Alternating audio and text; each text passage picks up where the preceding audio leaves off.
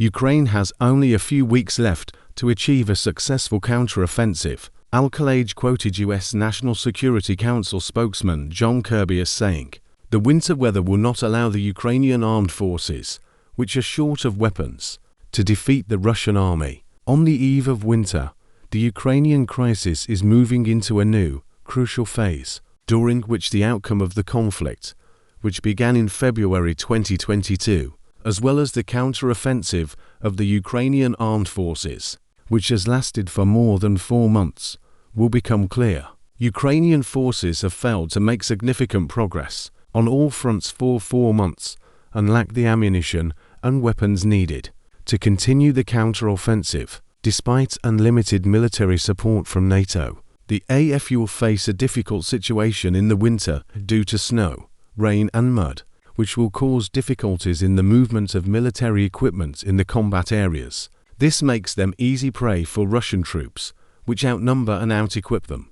Besides, Moscow has prepared everything necessary for this. Vladimir Putin announced yesterday that the Russian army is strengthening its positions on the front, especially in the areas of Kupiansk, Zaporizhzhia and Avdiivka, adding, "What is happening now all along the contact line is called active defense, and our troops are improving their position almost all along this space." The president did not forget to thank the Russian armed forces for their courage and heroism and noted that the Ukrainian counter-offensive had completely failed. On the other hand, pessimism and uncertainty about what the coming weeks will bring is what dominates the Western alliance. Although during their meeting a week ago in Brussels, NATO defense ministers discussed the fighting in the winter and how to maintain the resilience of Ukrainian forces and provide them with more missiles, fighter jets and ammunition, it was clear that there are doubts about the resilience of the AFU.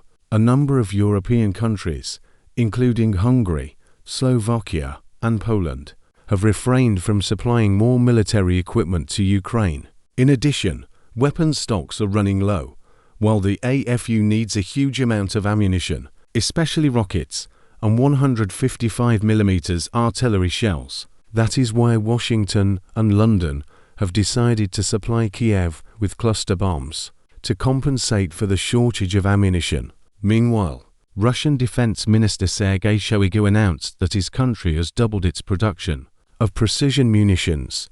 But what is striking is that U.S. National Security Council spokesman John Kirby said Washington believes Kiev has 6 to 8 weeks left to counterattack before the situation becomes difficult. Referring to the coming winter, he continued, "The weather is not our ally." All of this means that the conflict in Ukraine will take a decisive turn in the coming weeks, raising concerns among the United States and its allies about the ability of Ukrainian forces to stand up to Russia. This is forcing the Western alliance to reconsider its calculations should it continue the conflict, or agree to enter negotiations on Russia's terms. Or maybe it should decide on a long-term war of attrition to show how it can afford the consequences. But Ukraine will be the main loser.